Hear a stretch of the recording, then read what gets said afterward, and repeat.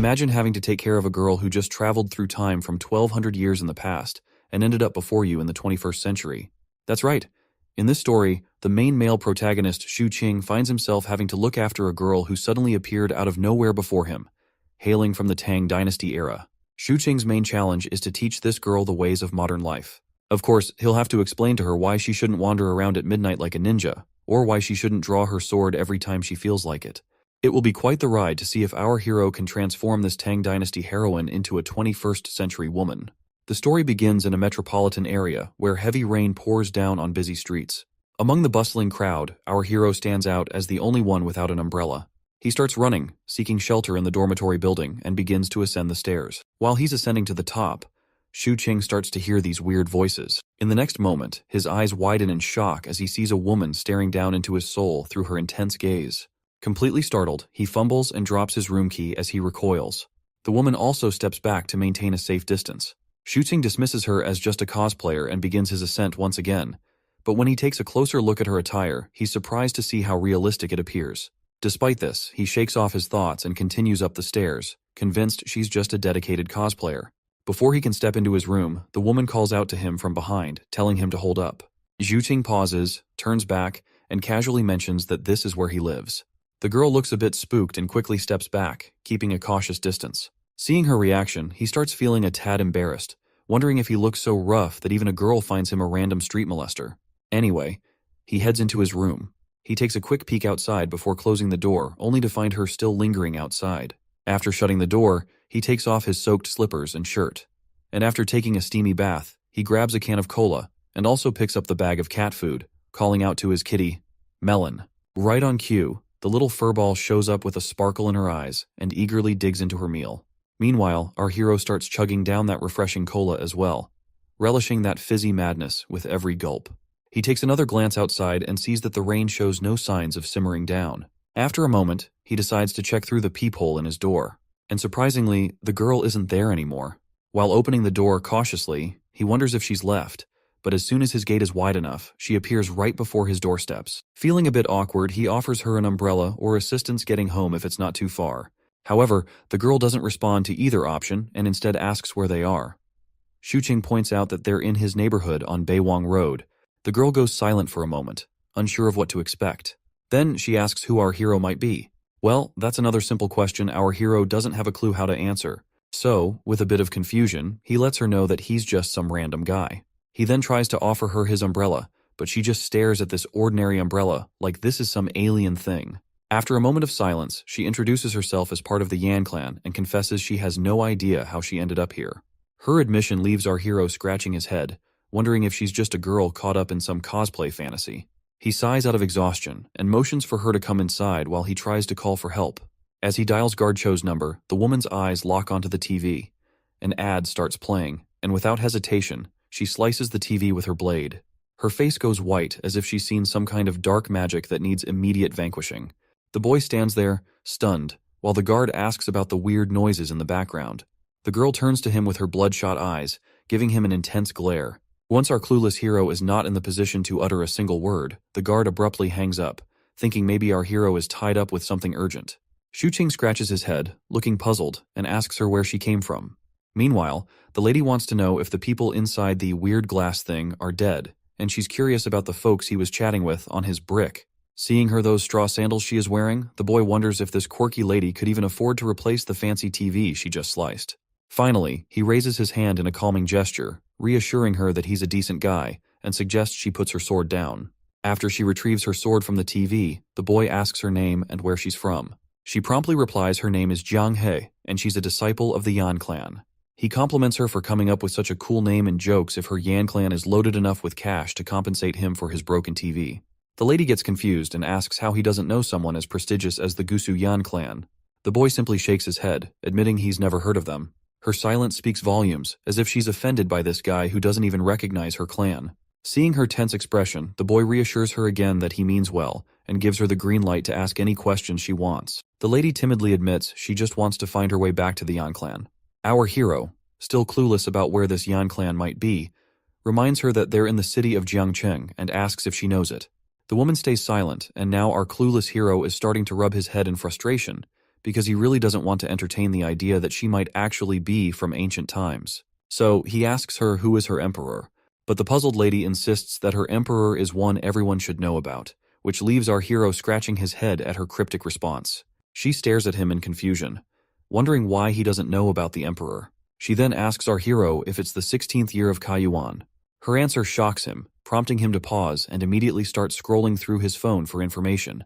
He's amazed to find out that in the 16th year of Kaiyuan, it was during the reign of the 7th emperor of the Tang dynasty, known for the longest reign in the dynasty's history. To confirm if she's truly from the past, he asks if she knows Li Longji and mentions other famous figures from that era.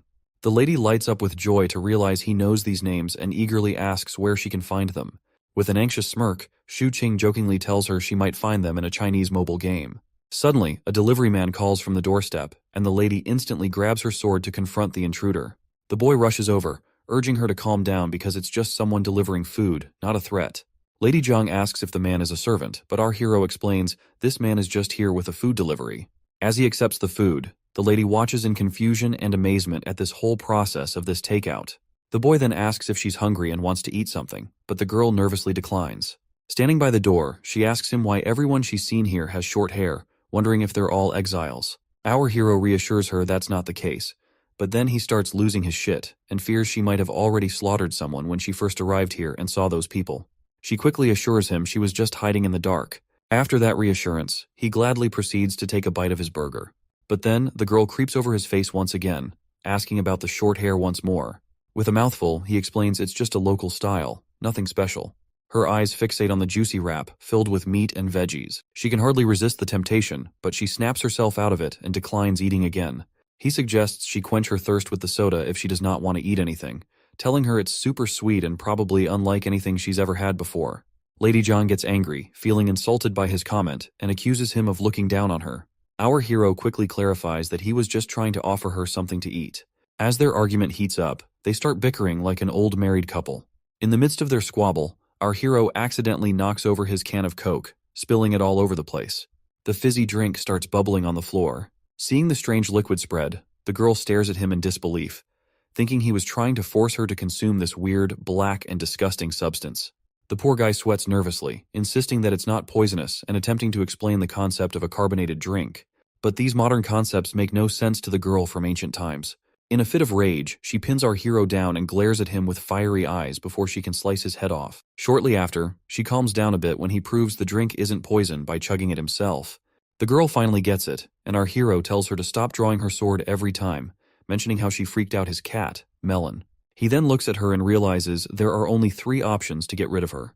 Option 1, trick her into going outside and let her freeze or starve, but he knows she'd end up on the news. Option 2, call the cops, but she might go berserk and make a mess for him by killing those officers, and just thinking about it gives him the creeps. The third option is to keep an eye on her. Since she's from ancient times, he might learn some neat stuff from her, but he's also worried she might chop him in half if she keeps brandishing her sword. Instead of regretting it later, he decides to take her in and see how things go. With that settled, he offers her the burger. Although she's clearly tempted by the tantalizing food before her, she stubbornly looks away and asks him what exactly this thing is that he's holding. Deciding to prove it's not poisonous, he takes the first bite, and she agrees, eagerly telling him to go ahead. As he eats, the lady watches him closely, and the boy realizes this amount of food might not be enough for her, so he decides to make a rice bowl instead, thinking her ancient stomach might not handle the burger well. It seems he was just making excuses to eat the burger himself. Seeing him finish it off completely annoys the lady to no end. He gestures for her to sit down, but she cautiously checks the seat by pressing her hand against it before sitting down cautiously. Let's face it, she can't trust this strange guy completely, even though he did offer her his umbrella. His room is filled with oddities, and he eats weird stuff too, so she decides to remain vigilant and careful. She asks about this place again, and our hero reminds her it's Zhangcheng City. The lady then asks if he knows how she can return home. This time, our hero panics when he sees her reaching for her sword again and insists she puts it down before he answers. Once the sword is out of sight, he somberly reveals to her that she might not be able to return because they are really far from her home. The girl perks up at this and immediately asks how far away they are. Our hero reluctantly tells her it's almost 1,200 years away. The girl asks what he means by 1,200 years, so he explains that it's been that long since she came from her time. Famous folks like Li Bai, Yang Yuhuan, and Lu Shan, all ancient history now, dead and gone for over 1,000 years. She's totally shocked by this news and straight up calls him a liar. But the boy tells her to just look around. Nothing's the same. This world runs on its own rules now. It could be cool if you get the hang of it, but also risky. She's still not buying it and raises her sword to his face. He calmly reminds her that waving swords around is against the law, and she better learn the rules fast. The woman asks why he's bothering to help her out. The boy explains it's kinda like how he rescued his fat cat Melon from the tough outside world. He just felt like he had to help. But our hero needs to pick his words better because she gets ticked off again, thinking he's comparing her to a cat. After a bit of thinking, she figures he's not such a bad guy since he let her in and offered food. So, she asks him again why he bothered helping her. Our hero says meeting a quirky ancient girl like her isn't something he encounters every day, and he's genuinely curious about her. He adds that she'd probably be curious too if their roles were reversed. The lady quickly shuts that down, saying if someone as weird as our hero showed up in her era, the chief would have chopped him down right away. The guy reminds her that this era is all about peace and love. He tells her that as long as she's living here, she better learn to follow the law, never hurt people, and not destroy anyone's belongings. With that clear, he lets her choose whether she wants his help or prefers to wander outside. Before turning away, he reminds her one last time not to hurt civilians, or she'll get arrested. The lady finds herself in a tight spot, not knowing what to do since she can't even leave this place. The boy then says if she wants to stay, he can order her some food, but she has to give up her sword because he doesn't want to get arrested either. With no other options, she reluctantly throws her sword down. With that settled, he starts brainstorming what to order for her that won't be too foreign for her. He briefly considers ordering some mooncakes, but then decides to get her some rice and buns instead. He tells her to take a shower while they wait for her food to arrive. The woman, clueless, asks where she's supposed to bathe. Our hero leads her into the bathroom, which leaves her amazed at the sight. He tells her not to be too surprised because there are many more surprises to come, and reassures her not to be afraid as everything here is harmless. For instance, he shows her the shower, and she looks at it curiously like a puppy. She tries it out herself, and our hero can't resist capturing her curiosity on his phone. He then introduces her to bath shampoo and the concept of toilet. Afterwards, he waits outside while she showers. He rummages through his stuff, trying to find something suitable for her to wear. Inadvertently, he opens the bath door while attempting to knock, realizing she doesn't even know how to lock it. Nevertheless, he informs her he doesn't have any women's clothes, so she'll have to wait for proper clothing. He decides to teach her how to lock the door in the meantime. Shortly after, he is kicked outside, but the lady is now enjoying her first shower in this new world. She even tries tasting the shampoo bubbles, but ends up spitting it away. Meanwhile, our hero is questioning if all of this is actually real. He picks up her sword and closely examines the gleaming blade, deciding to have an expert check if it's authentic or not. The girl emerges from her bath in her new outfit, and while our hero is busy with something else, she asks what he's writing. He doesn't respond immediately, but eventually hands her the paper. It lists out current issues that need addressing, and she starts staring at it intently. There are everyday products written down which she is supposed to utilize in her daily life. She then complains about her current clothes, to which the boy says she looks pretty and clarifies that he's not hitting on her, he's just giving a compliment, like people usually do when someone looks good. But still, she sternly tells him to lay off any flirtatious remarks. Suddenly, he notices her straw slippers and tells her to put them away, promising to get her new ones tomorrow. While he's admiring her cuteness, a sudden knock on the door scares the lady, but Shuqing reassures her it's just a delivery boy with food. Reflecting on it, he can't help but compare her to a wild cat, always attentive and ready to attack. After taking the food out of the plastic bag, he hands it to her. That is when Lady Jiang remembers something her vice captain used to say, that if someone is helping you for free, they must have ulterior motives. Hearing this, Shuqing starts crying, but then she smiles and tells him that she believes he's actually a good person. In a few moments, once she finishes her food, Shuqing decides to have a chat with the girl. He starts by letting her know that she's not in the primitive era anymore and needs to adjust her beliefs accordingly. He tells her that if she were to rely on her sword for survival and ends up killing him, she wouldn't last more than a week before running out of food. So, he advises her to stop playing around with the sword and focus on other things, like using the TV for entertainment. He also points out that the smartphone can be quite useful too. Basically, he's trying to reassure her that she's perfectly safe here and no one is going to harm her. Hearing this, the girl nods in acknowledgement and our hero lets out a sigh of relief. But when it comes to the outside world, things get complicated. He explains that while this is a peaceful world, it could be dangerous for her. Curious, Lady Zhang asks why that is, and our hero explains that she might end up accidentally hurting someone. For instance, if she strolled into a royal castle with her sword drawn, they'd likely throw her in jail. It's the same deal out there in this world as well. Not only that, he also explains the concept of an identity card to her, warning that she needs to watch out for cops who might ask to see it. So, the first thing Shuqing wants to do is make her an ID card. Otherwise, she's going to stick out like a sore thumb wherever she goes because she doesn't belong here. After hearing about the ID card, the lady asks if she's like some kind of refugee here. Shuqing tells her it's actually worse because the consequences are pretty serious if she gets caught. The lady gets freaked out, but Shuqing tries to calm her down, promising to help her out, because meeting someone from 1200 years ago isn't exactly an everyday thing. Still, the lady remains hesitant, not sure if she can trust him and just wanting to go back home. To which the boy points out that it won't be easy for him to help her in her current situation, and their best shot is for her to cooperate as much as possible. After a while, the lady reluctantly agrees to cooperate and asks what she should do first. Shuqing wastes no time and tells her straight up, first off, never pull out that sword again. As they settle into a moment of quiet, the girl suddenly looks around and asks Shuqing where his wife is because she wants someone to gossip with. But the poor guy, as much as he hates to admit it, says, I'm actually unmarried. It's quite a surprise for the lady, and a sudden silence fills the room.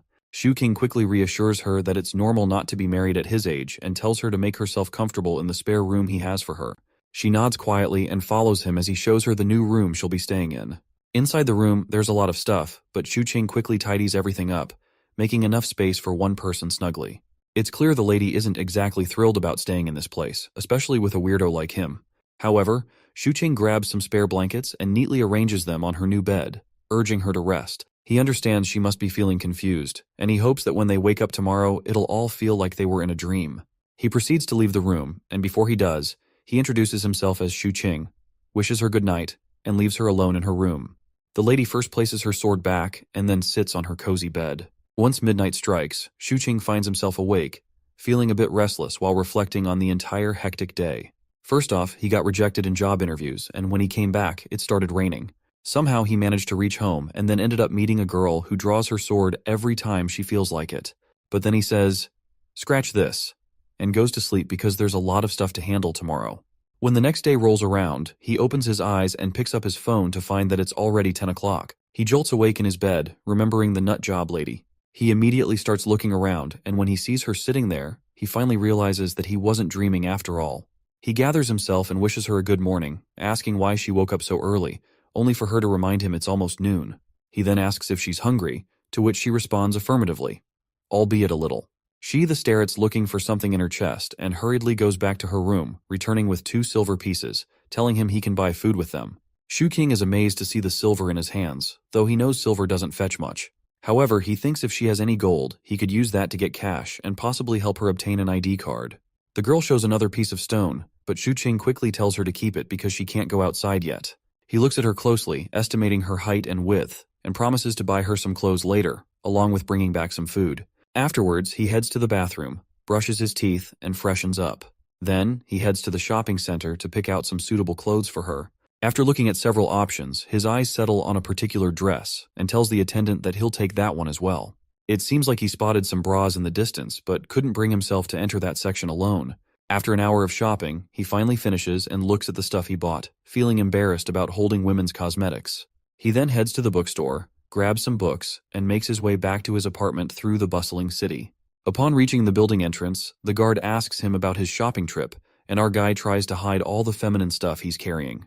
The guard also asks about the phone call from yesterday, and he makes up an excuse, saying he dialed the wrong number accidentally. Before he heads off, the guard warns him to be cautious due to recent thefts in the area. He nods and assures the guard he'll remember. Once he's back in his apartment, he finds the lady standing there with her sword almost drawn, ready to chop off any intruders. The boy assures her she's safe and hands over the food box, mentioning he's also brought some essentials. Suddenly, something clicks in his mind. He looks at her with curiosity, and she asks what's on his mind. He awkwardly wonders aloud if she should be thanking him and seeing him as some kind of young hero or a decent guy, or something like that. The lady, not quite getting where he's coming from, thanks him anyway. It seems like it might take a while for her to figure out what this weirdo is always thinking. They dig into the food, and the lady devours her meal like a wild animal, which surprises our hero given the elegant image he had of women from her era. Nonetheless, he's pleased to see her enjoying herself. After they finish eating, he lays out the clothes he bought, showing her the new dresses and shoes. He keeps digging around for more stuff, and meanwhile, the girl spots the bra he got for her. The guy freaks out, like his soul might jump out of his virgin body, and quickly tells her to keep that thing down and promises to send her a video on how to use the bra to cover up her headlights. Feeling embarrassed, he dumps all the stuff he bought and tells her to figure it out herself. Seems like he's picked up quite a few interesting items though. Along with that, he's brought some books to help her understand this world and its culture better. He's even planning to teach her how to use a computer so she can learn on her own. Seeing her looking tired and restless, he suggests she get plenty of sleep before they can figure out their next move. But then she asks about his status in this world. Hearing this, he rethinks things and admits he's a graduate student still on the job hunt. It's funny how despite being unemployed, he still manages to splash out on fancy clothes and cosmetics. So, even the lady starts to think he's some rich kid, but our hero quickly shuts that down, saying he's from a poor background. Then she starts wondering if he might be a landlord or something. Nonetheless, she dives into her books. But when she sees those old pictures from her era, tears well up in her eyes as she thinks about how she can get back home. The boy reminds her he has no clue how to get her there, but asks her how she ended up here. The lady reveals she was chasing a small thief in heavy rain, got lost in the middle of the forest, and wandered around until she spotted these tall houses. Seems like this guy's clueless about how to get her home, but he cleverly changes the subject, telling her she's got to survive in this world before going back. Then, without skipping a beat, he asks about her military ranking and martial arts skills. You see, the reason this guy was asking in the first place was because he was interested in her martial arts skills to begin with. And the lady gives him an exact answer he likes, saying her Yan clan is considered the most powerful clan around. Excitedly, he asks how high she can jump without getting hurt. The lady confidently steps forward, pointing to the 4th floor of the building, saying she can jump from there without a scratch. This revelation leaves the guy's eyes practically popping out of their sockets. He then gets even more excited, eager to see all the fancy moves she's got under her belt. He starts spouting off a bunch of martial arts skill names he's probably picked up from video games, but it's all gibberish to her. He even asks if she knows kung fu and offers to learn from her eagerly. But the lady tells this enthusiastic guy to simmer down because he's past the age for learning, and even with perseverance and determination, he won't achieve much. The boy calms down and asks if these moves are like super strict or something. Lady Zhang shakes her head, saying it's not about being a master, just a few basic moves without all the strict rules. She then gets into position and shows him the first simple martial arts move, focusing on the waist and how to ground yourself. She explains that martial arts training takes time, building up bit by bit, day by day. He then asks if he can practice stakes and literally begs for it. She reminds him that it will take 3 years for him to learn stakes. The guy thinks that in that amount of time, he could become a full-fledged army soldier. So he gives up on martial arts and asks her to teach him sword techniques instead. The lady brings him back to reality once again, saying he's also past the time to perfect his reflexes because his eyes can't keep up with his hands right now. Finally, he throws his idea of becoming a warrior into the dustbin and simply tells her to try on the clothes. Once she's in the bathroom, he wastes no time taking advantage of the moment. He grabs her sword and starts swinging it like he's the second coming of the ninja itself. But this loser can't keep up because the sword is way too heavy for his puny muscles. The lady finally comes out of the bathroom, and when the idiot looks at her, she's looking smoking hot in her new getup. Her clothes fit like they were made for her, and she even walks around to check if they're tight anywhere. That's when Mr. Forgetful perks up, noticing her hair is all over the place and realizing he forgot to buy her a hairband. He tells her to tie her hair back with a band, and once she does, bam! She looks even hotter, a perfect wife material.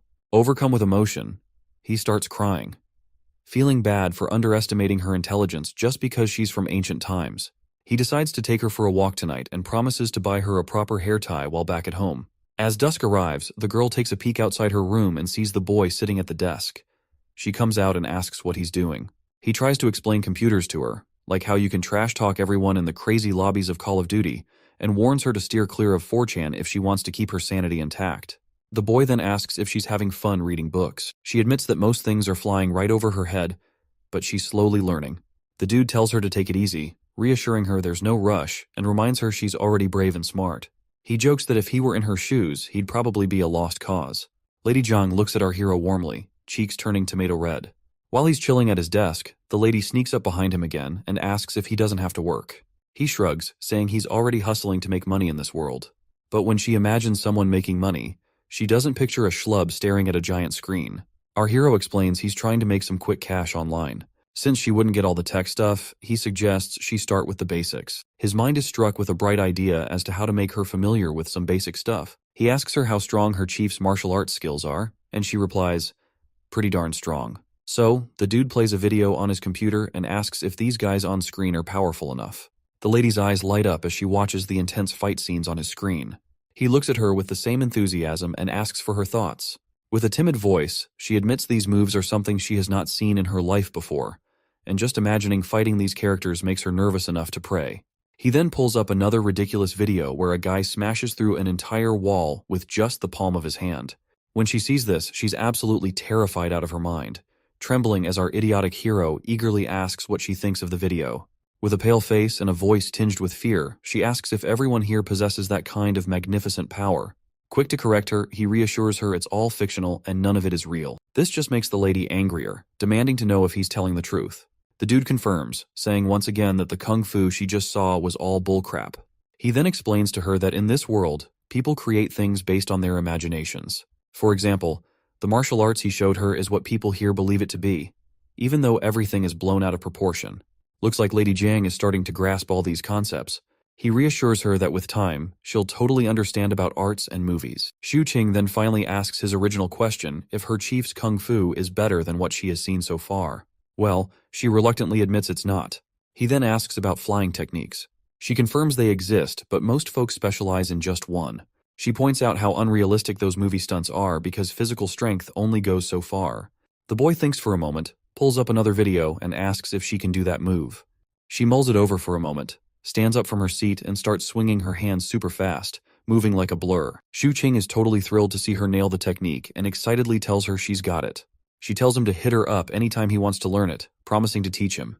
With those words, she heads out, leaving my guy doing a little happy dance, probably dreaming of becoming a warrior someday. As she walks to her room, she notices a fat cat in her way, but she ignores the little furball and simply shuts the door in the poor cat's face.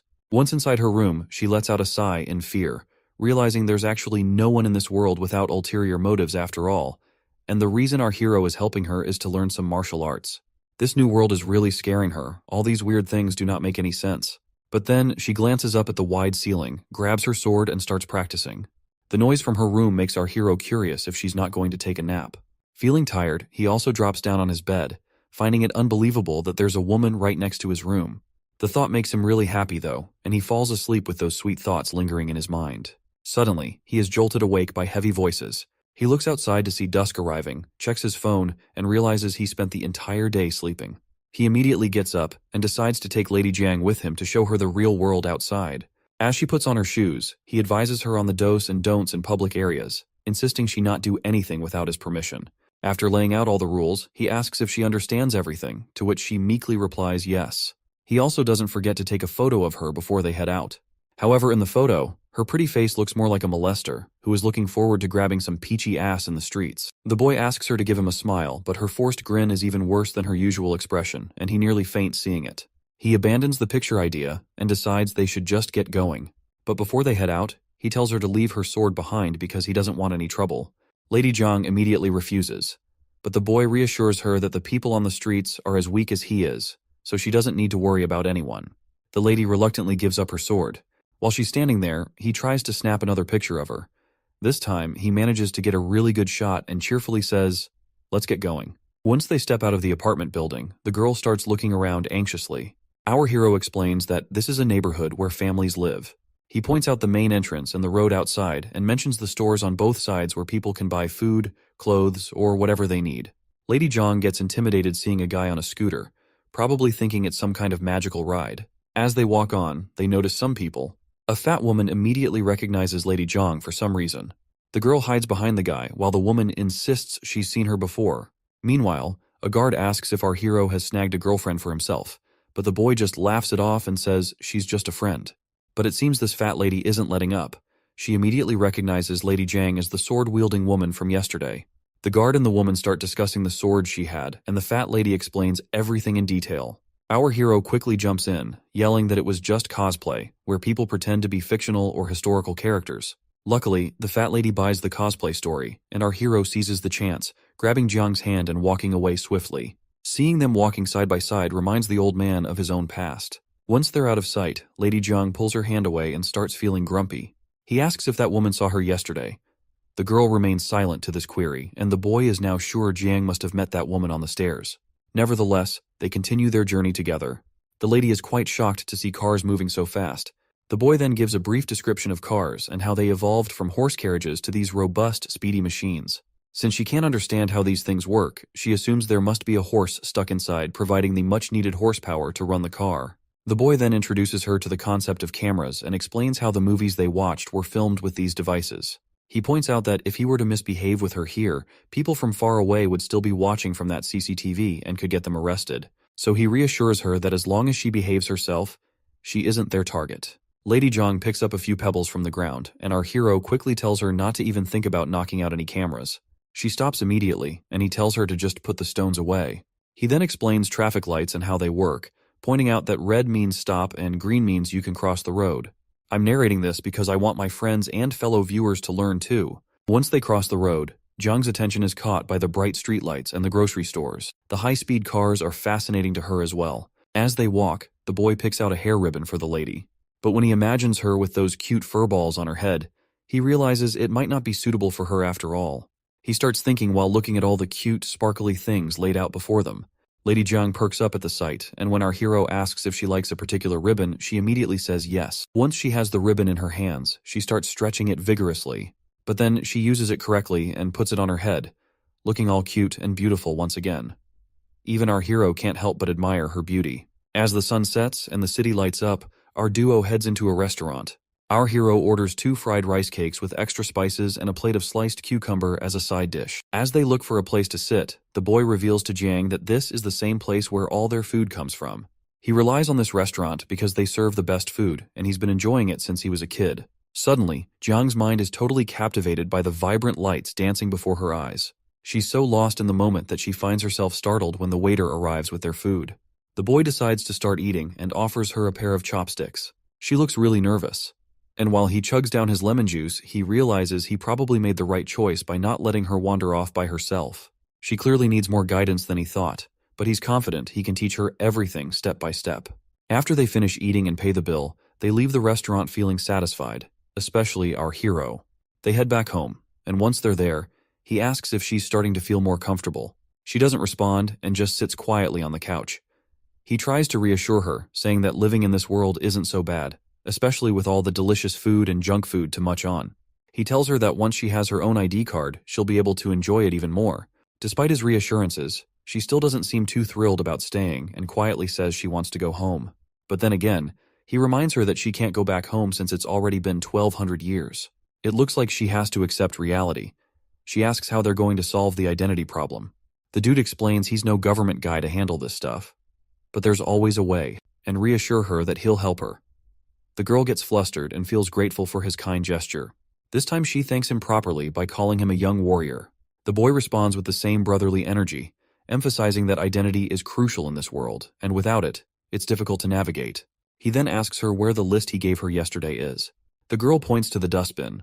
The boy is disappointed by her action and tells her to retrieve it right away. Once she gets the paper out of the bin, the lady asks what they'll do if the ID card issue isn't resolved. Our hero points out that she'll be a criminal and there's nothing he can do.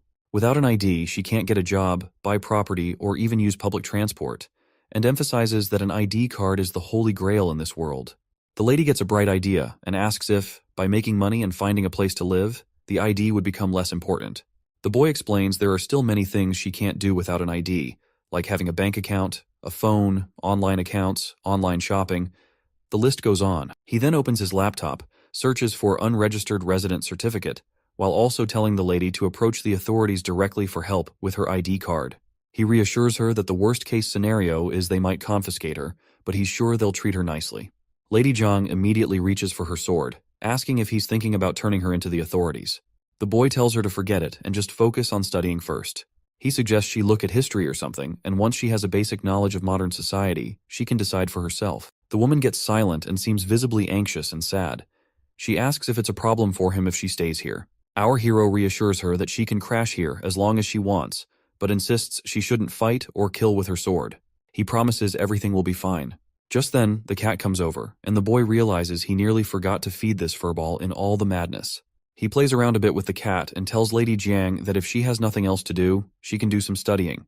The girl bows her head and decides to do just that. Looks like the dude found nothing worthwhile on the internet, so he checks his phone and decides to call someone he knows. He's about to call his best friend Chin Hao, who is now a good police officer, though he's not sure if his internship period has passed, and Chin Hao is now a full-blown officer. While texting Chin Hao, he wonders if he should mention that he's met a girl from 1200 years ago. But he decides against it and sets up a meeting with his friend without revealing anything about their meeting. Feeling happy, the boy decides to take a shower to freshen up. After the steamy bath, he feels really satisfied. It then occurs to him that the girl hasn't showered yet, but he decides not to dwell on it. Suddenly, he remembers he's sharing space with someone of the opposite gender, and he knows he'd be in hot water if she caught him wandering around naked. Thankfully, no one sees him, and he hurries into his room. A while later, Lady Jiang cautiously emerges from her room, darts to the bathroom with clothes in hand, and immediately shuts the door for a much-needed bath, just like she used to do in ancient times regularly. Since it's the weekend, the boy grabs a digital writing pad and starts teaching her how to write. She's already good at reading traditional Chinese characters and nailing their pronunciation, so now she tries her hand at writing a few words. Suddenly, Melon pops up, grabbing both their attention. The cat looks hungry, so the boy decides to feed her while Lady Jiang keeps practicing her writing. Watching him dish out cat food, Lady Jiang gets curious and asks what it actually is, to which Xu Qing explains it's food made just for cats to eat. Lady Jiang quickly imagines how they might produce such cat food, picturing pouches hanging from tall trees in her mind. Suddenly, there's a knock on the door, and the boy rushes to receive the food delivery. He hands it to the lady, telling her it's her dinner for tonight, as he's going to meet his friend later to ask about her identity card. The girl immediately starts digging into the food, and our hero assures her he'll teach her how to use a phone and computer so they can stay in touch. While she eats, Little Melon chimes in asking for some food, but the dude scoops up his cat and reminds her to stick to her own cat food. Curious, the lady meekly asks if she can't give this cat some of her food, to which the boy nods and explains that this kind of food isn't healthy for cats. The lady is shocked to hear this, and her mind stops for a moment. If this food isn't healthy for an animal, how can it be good for humans? She even starts feeling like her burger doesn't smell good anymore. Shortly after, he shows Lady Jiang how to use Discord to message him on his phone, making it clear that it will not be him hiding inside the computer, but rather it will be the transmission waves who will carry his voice to her. Leaving his dormitory, he scratches his head, wondering if this is all okay. Eventually, he reaches his destination after a bus ride. Stepping off, he looks around and spots his friend sitting in the distance, waving at him. When they finally meet face to face, they exchange greetings. Officer Chin then pours a cold beer for our hero, mentioning it's the first time he's serving him a cup of beer. They both sit down, and our hero asks his friend how he can drink as a police officer. Chin Hao explains that he's off duty and dressed casually, just here as an ordinary person. The boy then places his order, carefully noting all the delicious items he's about to enjoy. They clink glasses and toast each other. Xu Qing asks his friend how his job is going and what it's like being an outstanding officer. Chin Hao bluntly describes it as terrible, and all the talk about heroes saving the day is nonsense. He shares how he's often pulled into trivial disputes between couples and ends up resolving conflicts with old ladies in the neighborhood. He hardly ever encounters thieves. Instead, he deals with daily disputes and nonsense. But our hero Xu Qing points out the brighter side, mentioning how people are generally living and working happily, which is a good thing. As much as Chin Hao hates his job now, he always dreamed of becoming a police officer when he was a kid. However, he stopped growing after hitting 1.6 meters, knowing that the minimum height requirement was 1.7 meters. He cried a lot in our hero's arms. Fortunately, when the height requirement was replaced by the high jump, he was excited to start practicing every day, eventually achieving his dream.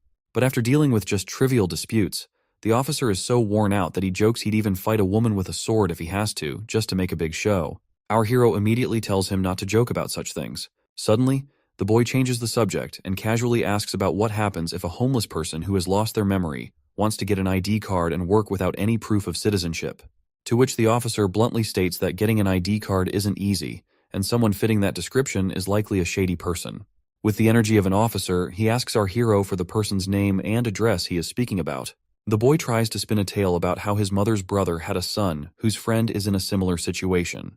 The officer cuts him off, telling him to stop the nonsense and reminding him that without proof of identity, like a blood test or something similar, they can't get an ID card. The boy presses further, asking if the person he encountered was unidentified and strange, like a homeless guy. The officer points out that if their behavior is suspicious, they must be investigated. Seeing his friend's suspicious gaze, the boy quickly tells him to stop looking at him as if he's harboring a fugitive.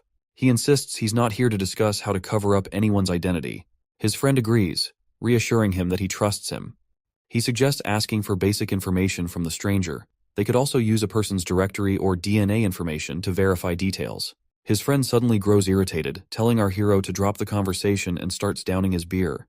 The boy jokes that he only came here because he needed something to talk about, otherwise they would not have met. Then, he playfully tells his friend to forget everything and jokingly extends his hands, telling him to handcuff himself because he wants to experience what it's like to be interrogated and cuffed.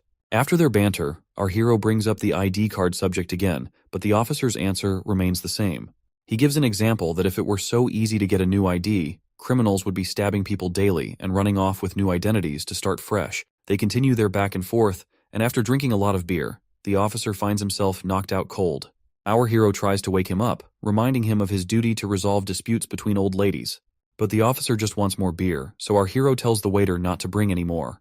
The boy pays the bill while his friend still wants more booze. Our hero then learns there's a 50% discount if you spend 100 yuan, so he decides to get a lot of fish for Lady Zhang. After saying goodbye to his hiccuping friend, he grabs his takeout and heads back home.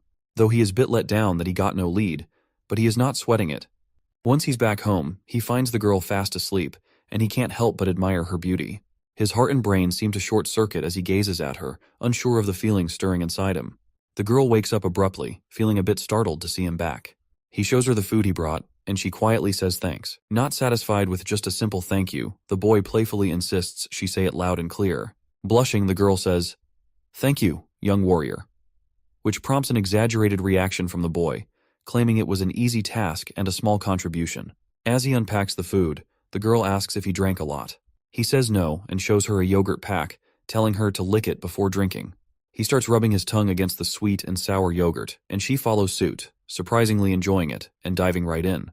The boy tells her to eat up and not let the food get cold. As he heads into the bathroom to take a bath, he can't help but smile, feeling the warmth of coming back home and seeing someone waiting for him. After his bath, when he's back outside, the girl immediately notices him. He asks if she checked her clothes, which confuses her at first. Then she remembers the bra he brought for her and feels super embarrassed just thinking about it. Apparently, trying to figure it out with YouTube tutorials didn't go so well. Later, she heads to the bathroom to change. She's nervous about trying on the fancy dress, since she's used to plain outfits that match her mood. She wonders what kind of prickly princess she'll look like in this new dress. She lays out the bra and dress on the bed, takes a bath, and dries her hair with a blow-dryer. She's really grateful for the kind young man helping her adjust to everything. But she knows relying on him isn't a long-term solution, and she can only get so far with her limited knowledge. The sunshine of the next day leaks through the window, and the girl comes out of her room while rubbing her tired, sleep-deprived eyes. It looks like our hero woke up early this time. Lady Zhang asks him if he's working early in the morning, to which he replies that he's just watching some news. The girl immediately exudes a gloomy aura, asking if he is a government official. The boy reassures her that he's not, reminding her that if he were, she would already have her much-desired ID card. He then asks if she's hungry and offers to buy breakfast, asking if she'd like to come along. The girl declines and heads to the bathroom, so the boy decides to go by himself, telling her she can Netflix and chill in the meantime. Humming a tune, the boy strolls outside. The old guard calls him over, and the boy reluctantly approaches, noticing two more people present. One of the ladies asks if he's heard any creepy, weird noises lately, and the way she is looking at our hero, it's clear she suspects him of being the source of these sounds. It seems like the boy is completely clueless about what the lady is talking about, and he tells them that he didn't hear anything, and slept soundly last night. He wonders if there was a theft, but the old man suggests that they might be haunted because his dog was terrified by something the other night, so much so that it didn't even bark. When the boy asks the old guard if he noticed anything else, the old man takes a puff of his cigarette, exhales the smoke, and confesses that he didn't see anything, but he caught something on video footage. They all gather in the surveillance room where the old man plays the video. In the footage, they see something moving so fast that it appears as just a blur, and everyone is visibly terrified by this mysterious creature. And the reason our hero is also feeling terrified is that he's pretty sure it's Lady Zhang. He facepalms himself, unsure why she's doing that, and decides to go back to the apartments to ask her himself. Well, it looks like now we know why Lady Zhang was feeling tired a while ago. She was probably trying to explore this world by herself in the night to learn new things. The boy then asks the old man if the same had happened yesterday as well, to which the guard says no, noting that nothing unusual happened last night. He awkwardly laughs and decides to entertain the idea that maybe there's a ghost around. The bald guy over there and the chubby lady get curious, wondering why a ghost would be playing around in the dead of night, especially in their place.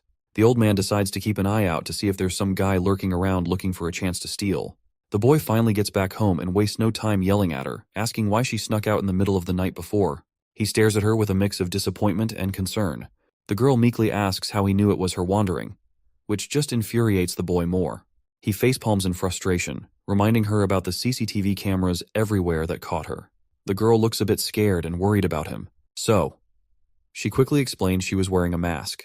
Relieved, the boy sighs and figures as long as she keeps her face hidden, they're probably safe. He tells her from now on, if she wants to go out, she has to take him along. No solo trips allowed while she's staying here. He stresses how dangerous her situation is, so she can't just wander around freely. The lady timidly asks if she caused trouble for him, and he reassures her that luckily, no one recognized her, because everyone thought there was just a ghost haunting the place. Looks like the lady had no clue what haunting meant. Seeing her clueless face, my guy gets agitated once again, and quickly tries to Google a movie about someone from ancient times who ends up in the future and gets into trouble because of their wild behavior. He wants to emphasize how dangerous her actions could be if she's not careful, and he is pretty sure what he just imagined perfectly fit the description of her character. The girl looks timid and promises to quit causing trouble if it's a bother to him. The boy then tells her to calm down and suggests ordering takeout later, asking what she'd like, whether hamburgers, chicken rolls, or anything else. The lady responds with a charming smile and thanks him for the healthy food he is ordering for her, but the boy teases her by reminding her that if she wants to eat even healthier, she could try the cat food. After their playful banter, the boy takes the laundry and puts the clothes into the washing machine. He also takes the opportunity to educate her about how the washing machine works. Upon seeing this, the girl quickly rushes to her room, retrieves her clothes, and returns to the laundry room to add them to the washing machine. While Shu Qing is looking at the laundry, he notices something tucked inside her clothes.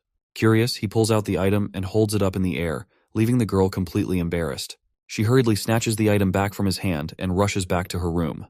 Zhu Qing is surprised to realize that it's a foot binding, which does not make sense as how she was moving around the neighborhood with her injured feet tied up with the binding. He glances at her, recalling how her feet seemed perfectly fine when he last saw her in those shoes, so it does not make any sense for her to tie her feet with clothes. He then decides to search online to see if martial arts enthusiasts have any interest in some sort of foot binding practices. But by the looks on his face, the search results don't align with his expectations. Turning to her, he casually asks if he can take a look at her feet. She stubbornly pouts and shakes her head, clearly uncomfortable with the request. The boy asks why is that, to which the girl just gives him a silent treatment. Well, it looks like this clueless guy has finally caught on that those bindings weren't for her feet, but for her chest. It's no wonder why she didn't bother with the undergarments he brought earlier, and he thought maybe her hooters were big enough already to fit anything. His soul nearly jumps out of his body as he realizes his foolish mistake. She shoots him an angry look, sword drawn and eyes blazing, seemingly ready to chop off his head. However, she manages to take control back to her nerves and turns around, leaving this weakling utterly terrified after getting scared to death. But since she's already mad at him, he tries to lighten the mood by calling her out and singing in his terrible voice. The lyrics are all about Lady Jiang, describing her modest stature, natural beauty without makeup, and how beautiful she is from head to toe. He even sings a song about a man who loved an ugly woman but had 5 children with her. He claims that only a Gaiga Chad with a Sigma male mentality could do such a thing, and he desperately wants to become one of them. Despite his attempts at banter, he ends up getting yelled at by the girl once again. Afterwards, he gets back to the main business and tells her to watch some tutorials on how to wear these undergarments, and he will be back in 5 minutes. Hopefully with fewer jokes this time. Exactly 5 minutes later, he returns and checks on her progress. But to his surprise, she looks utterly spooked and asks if this is how everyone lives here. With a trembling voice, she mentions that while these undergarments might seem comfortable, they make her feel like a harlot. The boy tries to reassure her that there's nothing wrong with feeling comfortable, but she persists, calling it shameless. He challenges her perspective, asking what there is to be ashamed about. After a moment of contemplation, she falls silent. He launches into a humorous tirade about how she's stuck in the past while modern women flaunt their assets in anything they like. He even throws in a jab, saying if a man can wear half underwear, so can a woman as well. But she sticks to her guns, immediately rejecting what she calls immoral thinking. Seeing he couldn't reason with her, the dude decided to switch gears and calm her down. He revealed that besides studying and working, computers are also great for gaming. He warned her about the toxic fanbase in games like Apex Legends and instead introduced her to a game suspiciously similar to Super Mario. After seeing it for the first time, she became engrossed in the cartoonish world of jumping plumbers. While the lady was busy beating Niftsky's speedrun record, our hero quietly slipped away, thinking it's best to keep her occupied indoors. Later on, when he returned home, he interrupted her game to teach her how to defeat the final boss. After their gaming session, he felt exhausted and decided to take a nap while she continued playing on his laptop. Once he settled into his room, he reflects on how lucky he was not to land a job on that rainy day. Otherwise, even if the interview had gone well, Managing a 1200-year-old ancient girl would have likely forced him to quit. As dusk casts its yellow hue across the room, our hero returns to find the lady. He suggests they eat out and tells her to dress nicely this time instead of looking like a slob. He even advises her to try a different hairstyle. She looks at her options and emerges in a new dress, blushing as she adjusts to the modern style, albeit a bit too modern for her standards. The boy blushes too, struck by her beauty, but quickly urges her to change back to her original dress to avoid drawing attention in public. This sends the girl into a fit of agitation and frustration beyond measure. As they wander outside, the old security guard jokingly asks if he's taking his girlfriend shopping again. Our hero clarifies that they're just friends, not dating. The old man then reveals he's holding onto a talisman to ward off ghosts temporarily until his mahogany arrives. When asked if he resembles the god from the New Year's festivities, Shuqing gives a thumbs up and hurries along, noting it's getting late.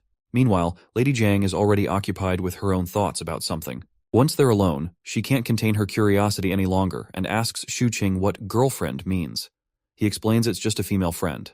Perplexed, she wonders why he denied she was his girlfriend earlier. He tells her to be patient and promises he'll explain later. Shuqing is pretty sure that if Lady Jiang figures out the true meaning of girlfriend, she might just pack her bag and bolt away from his place. As they start walking once again, the boy suggests she watch videos about her kingdom's history, but she expresses reluctance, noting that revisiting her past is painful. As they walk, Lady Jiang notices the absence of curfews, street vendors, and muddy potholes in this peaceful environment. Everything feels surreal and dreamlike to her in this prosperous world. Their stroll halts at a tea stall where Shuqing orders bubble milk tea and other treats and urges her to try it. She observes curiously, but hesitates to drink. Looking around, she asks if people make money this way in this world, and if she could learn to do such work. Shuqing bursts her bubble gently, explaining she can learn the skills but can't earn money without an ID card. While she sips on her tea somberly, the boy reassures her that the identity card issue will eventually be resolved, so she shouldn't lose hope. He encourages her to enjoy the tea at the moment. As she drinks, he asks if she finds it tasty, but it turns out she doesn't really like it. She mentions the taste isn't quite to her liking, and the pearls are difficult to chew. The boy readily agrees, stating he feels the same and doesn't understand how people enjoy drinking this piss-like stuff. The girl gives him a cold stare, likely not appreciating being the subject of his taste critique. He quickly reassures her that he thought girls liked sweet things, which is why he ordered it for her, while his own drink is a bit sour. He invites her to try his drink instead. She cautiously sips his drink through the straw, and as the delicious flavor hits her palate, her face lights up with joy. So the boy exchanges his drink with Lady Jiang's pearl tea and gives her a gentle smile, genuinely pleased that she enjoys it. As they continue their outing, Lady Jiang starts to feel that something isn't quite right, but decides not to dwell on it, focusing instead on sipping her drink once again. After finishing their meal, the boy shamelessly burps, indicating his full stomach. He suggests taking a quick tour before heading home, and they stroll through the vibrant city in the middle of the night. Suddenly, the boy decides to stop at a bus station and suggests taking her somewhere good. Since this is her first time hopping onto the bus, he tells her not to panic and just follow him. The boy proceeds to put a coin in and enters the bus, guiding her to a window seat so she can enjoy the ride to the fullest. As the bus starts moving through the busy streets, the girl is amazed by everything she sees outside. The boy is a bit surprised that she isn't overreacting, considering it's her first bus ride. She reveals that she has ridden horse-drawn carriages many times before. Once they reach the Lanjiang Bridge station, they exit the bus, and he introduces her to this new place called Lanjiang. He eagerly and proudly tells her that in her era, this place might have been desolate, but now it's the heart of the city's nightlife. As she takes in the sight before her eyes, she wonders if this is even possible. The boy encourages her to find her own answers by studying history if she finds it hard to believe. While they stand by the river, the boy takes out his phone and doesn't waste a moment before capturing a memento. The girl happens to be looking in his direction, creating a perfect pose for a picture, and our hero captures that moment with a single click. At that moment, he also promises her a trip on a plane once her identity card issue is sorted out. The idea of soaring into the sky is completely new to her, so he reassures her once more and says that for now, she can stay in his cramped little room and learn about the world. Curious as a child, she asks what comes after understanding the world. The boy pauses, thinking for a moment, and explains that she'll achieve true freedom, gaining a clear sense of what's right and wrong for her, and she can fully enjoy this future world.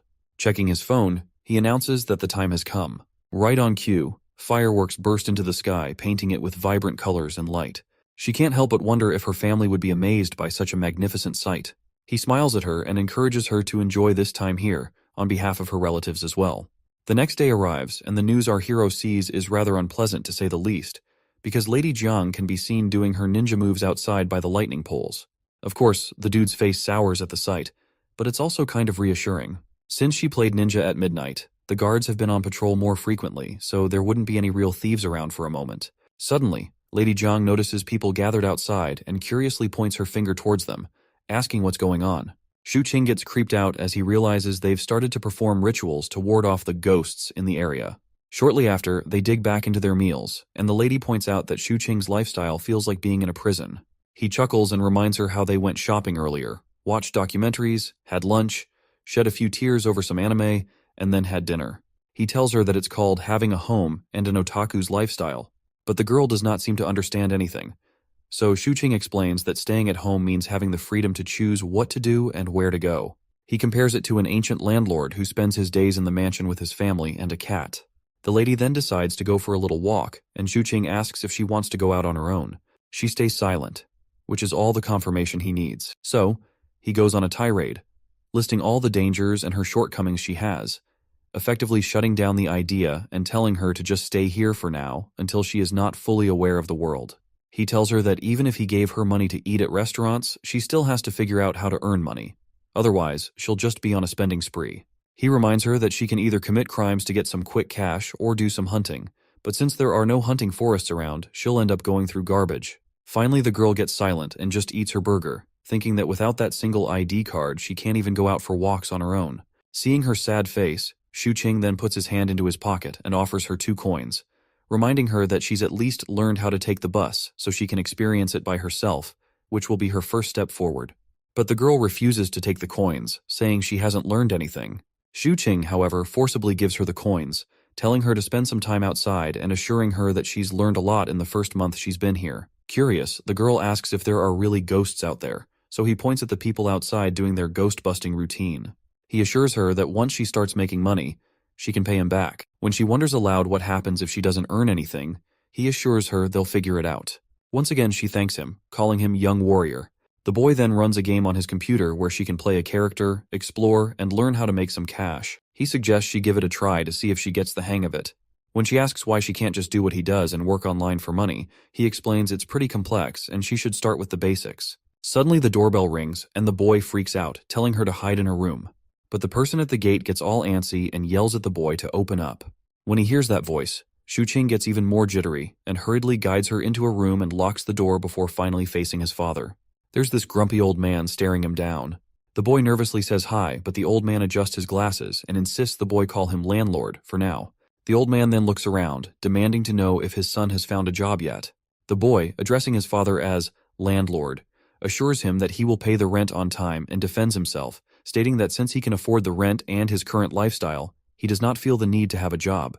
The old man gets all agitated to hear this, and just like a typical father, he starts berating his son for how big of a failure he is. But the son tries to cut him off by saying since his father is here for the rent, he'll gladly pay up. When the old man spots some RPG game running on the computer, he gets even more annoyed and makes it clear that if his son doesn't find a job by next month, he's hiking up the rent, no questions asked.